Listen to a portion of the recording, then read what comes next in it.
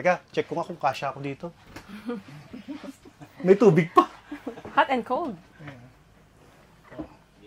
Uy. Sakto.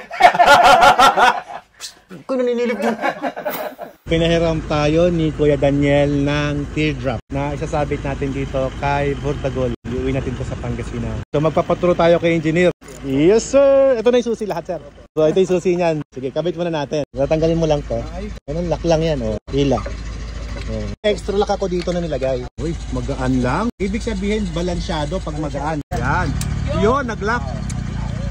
Ayos. Okay, dapat umangat yung kasakyan. Yan, okay. Yan, so umangat yung kasakyan. So ibig sabihin nakalock. Okay, baba. Sakto yun. 2-inch ball ko. Yun. Okay. Okay, yun na. Alak na siya. Ito, may extra lock ako din kasi. Ayun. Ito yung first time na hihilahin ni Burdagol itong teardrop natin.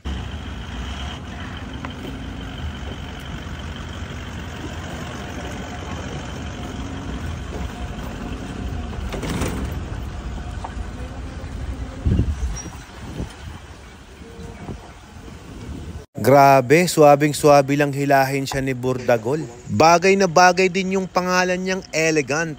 At syempre, sinubukan ko din siyang hilahin dito sa off-road. Kita nyo naman, basic na basic lang kahit off-road pa siya hilahin. Kakatapos nga lang pala ng aming Manibela Challenge sa mga panahon na ito. Goods na goods mga pre. Dito ko nga pala siya kinuha sa KD Ramp Adventure Park. Dito mismo yan sa off-road racetrack ng Manibela Challenge. Kung gusto mo nga palang ma-improve ang riding skills mo, iniimbitahan ko kayo this coming May 12. Baka gusto nyo pong sumali sa aming Manibela Challenge.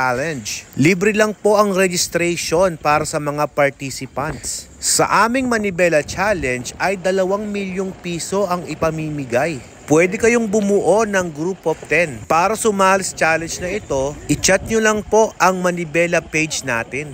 Guys, nandito kami ngayon sa KDR Adventure Camp upang i-share sa inyo itong aming teardrop na trailer. Ito si Engineer, siya yung magtutur sa atin. Paano ba ito ginagamit, Engineer? Oh, ito muna yung susi, binabalik ko muna.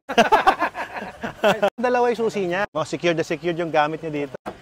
Uy, may hagdan pang ganun. Lupit ah. Pasok tayo sa loob, guys. Tara. May couch pa siya. Itsura namin. Para kaming nasa bahay ah. Mayroon pang net dito oh, na pwede mong... may switch dito. Wow, galing. Para malamig sa loob. Yan. Ito guys, kapag nakalock na siya, yan, pwede mo ibaba yung screen mo at pwede mo ring iangat para hindi ka lamukin sa inyong camping. Tara dito sa loob. Meron ditong German leather pa to. Pati ito oh. Ganda naman dito. And then yung kanyang ilaw doon no. Uy, smart TV pa na yan. Uy, ba may radyo pa dito. Yun oh. Pa radio ka pa dito. May remote ng TV. May lalagyan ka ng mga plato. Ito. Ito yung inidoro natin oh. Hindi ka mahihirapan ngayon sa camping na humanap ng CR kasi may sarili kang CR. Teka, check ko nga kung kasya ako dito. May tubig pa. Hot and cold. Uy. Sakto. Kung naninilip mo. Okay ah. May ano pa siya, exhaust oh.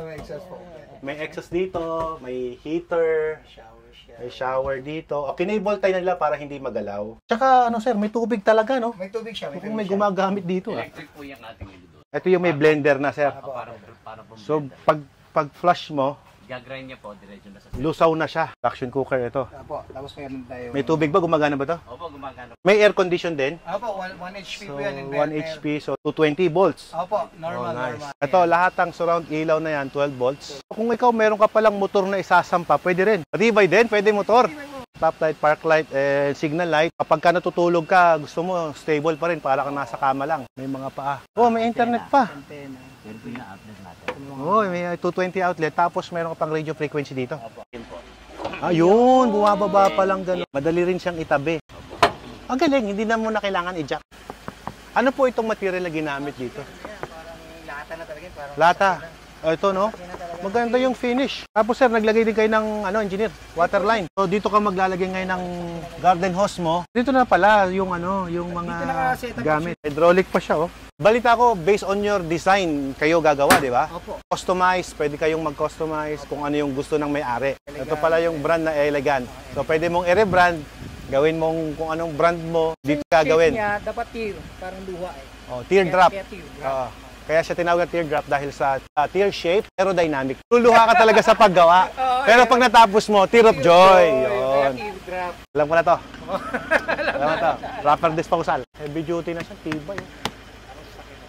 Alam mo, parang gusto ko magkaroon ng isa. Parang ayoko manghiram. Parang gusto ko, I need one. Yung gulong na ginamit natin dito, yung sukat natin, oo.